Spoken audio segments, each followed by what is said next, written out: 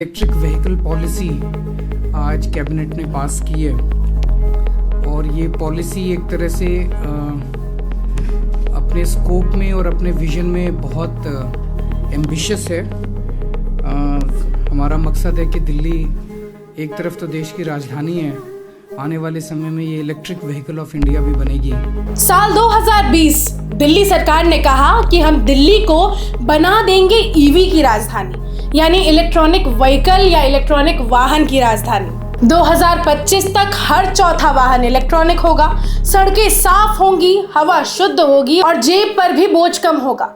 लेकिन 2025 आते आते ना ईवी दिख रहा है, ना सब्सिडी और ना ही सरकार की गंभीरता। ईवी नीति का क्या हुआ? क्या ये सिर्फ एक चुनावी वादा था या फिर कोई सोच समझकर बनाई गई योजना जो अब दम तोड़ रही है? आज की वीडियो में बात करेंगे उन आंकड़ों की जो ये साफ करते हैं कि दिल्ली में इलेक्ट्रॉनिक गाड़ियों का क्रेज क्यों खत्म होता जा रहा है और क्या नई सरकार इसे फिर से जिंदा कर पाएगी। दिल्ली सरकार ने साल 2020 में इलेक्ट्रॉनिक वाहनों को बढ़ावा देने के लिए एक नई ईवी नीति लागू की थी।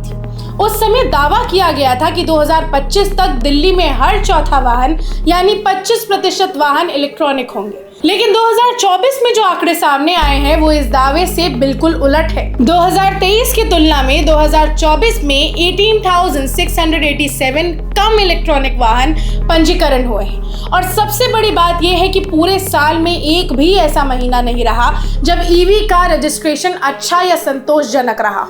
अब सवाल उठता है कि आखिर ऐसा क्यों हुआ? विशेषज्ञों का मानना है कि इसके पीछे दो मुख्य कारण हैं। पहला, सरकार की उदासीनता यानी लापरवाही। दूसरा, सब्सिडी का बंद हो जाना।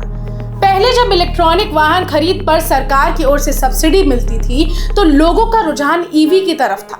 लेकिन 2024 में दो पहिया, तिपहिया और ई रिक्शा पर मिलने वाली सब्सिडी तक बंद कर दी गई, जिसके बाद ईवी खरीदना आम लोगों के लिए फिर से महंगा हो गया। दिल्ली को ईवी की राजधानी बनाने की बात बार बार कही गई, लेकिन हकीकत ये है कि ईवी का रजिस्ट्रेशन अब गिर रहा है।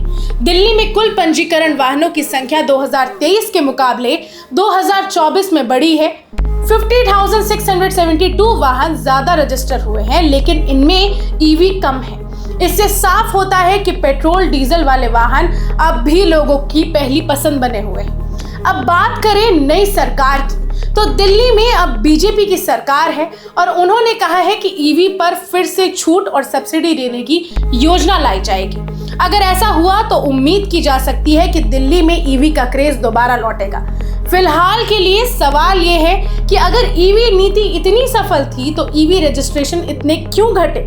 आपको क्या लगता है? क्या ईवी नीति फेल हो गई या सरकार को इसमें और काम करने की जरूरत है? अपनी राय हमें नीचे कमेंट सेक्शन में जरूर दें।